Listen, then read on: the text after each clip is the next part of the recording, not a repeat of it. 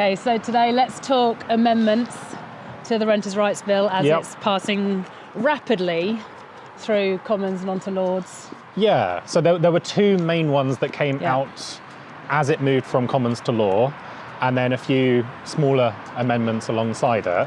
But the two big ones... Upfront rent. Forbidding rent in advance.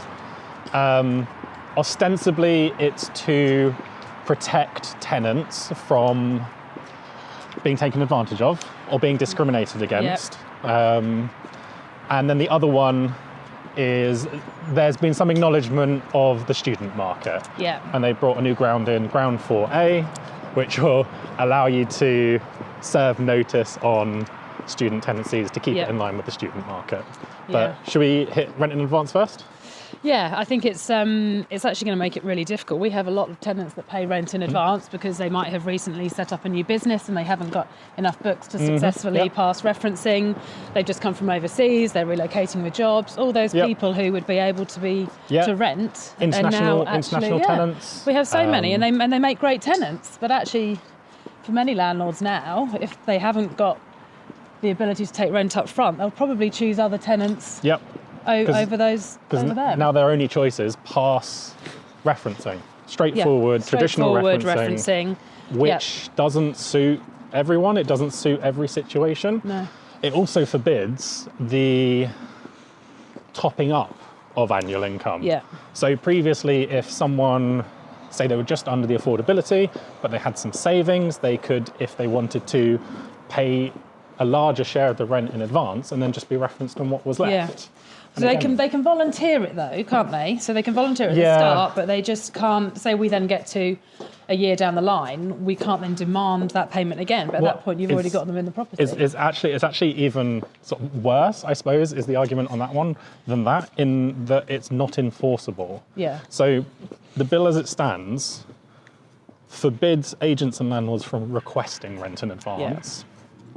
It currently allows a tenant to offer it, but you can't make it a condition of the let, you can't build it into the tenancy agreement, you can't make it part of accepting that let. So, you know, in the worst case, someone offers that, they get accepted, and they move in, and they just simply say, no, I'm no longer going to do that. And they'd be perfectly within their rights to do so, but the landlord is the one that is now left out, that sort of thing.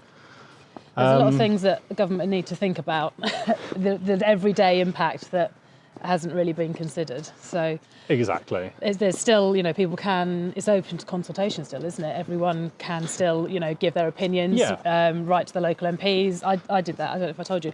I wrote to my local MP after the last budget, and I'm meeting her next week. To talk about all sorts of things, and I will even mention this. So that's probably what I would tell people to do who are concerned about the changes as well. It's gonna be a big one. So definitely if you've got something to say about it, say it, because it's really important.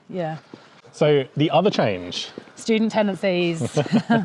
So there's positive on this one. There's a new ground. It was added as an amendment as it moved over, ground 4A. Great, good news. They're considering it, they're worrying about it, as they should be.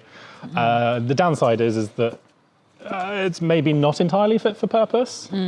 It's quite complicated. It is only usable for 3 tenancies of 3 or more people. So if you're a student landlord with a 1-bed or a 2-bed, there's more complications. You've got to be worrying about that. But hopefully, again, common sense will prevail, and that will come through in the amendments that's still going back and forth. Hopefully. There's still time for them to acknowledge that and change it. The other downside is as well, you can only use this ground if every single tenant is a student. So no mixed accommodations, no students sharing with friends who are working. Not great, unfortunately. No, and then they have changed it. So for any tenancies that have let really early on, and so now they've already signed the tenancy agreement for moving in September, changes need to be made, because for that ground to actually be allowed, you need to make sure that there's less than 6 months between the start of the agreement and the occupation date. And we start marketing our properties November, December time. So potentially up to 9 months before. Because that's when everyone does. There's demand for it then. That's when people start looking. So the whole market will probably start to shift in that way for next year, but we've also got to put everything in place now for making sure you can get possession. Absolutely. Next year. So I guess really the only thing to be thinking about is what could you be doing at the moment? Yes. What would you say landlords should be doing now to stay informed? Yeah. Keep up to date on the changes. Yep. Hopefully stuff like this is quite helpful. If you're watching this, hopefully you found it quite useful. Follow our newsletters. And if you're not one of our landlords already, just go and make sure your agent is giving you the same sort of information and they're worrying about it as well.